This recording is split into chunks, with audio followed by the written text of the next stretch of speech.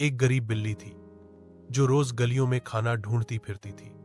एक दिन उसकी मुलाकात एक अमीर चूहे से हुई जो बड़े महल में रहता था और सोने की प्लेट में चीज खाता था। चूहे ने बिल्ली को देखकर कहा, तू गरीब है, मेरे लायक नहीं। बिल्ली चुपचाप चली गई। कुछ दिनों बाद महल में आग लग गई और चूहा बाहर भूखा प्यासा भटकने लगा। बिल्ली ने उसे अपना थोड़ा सा दूध पिलाया। चूहा शर्मिंदा हो गया।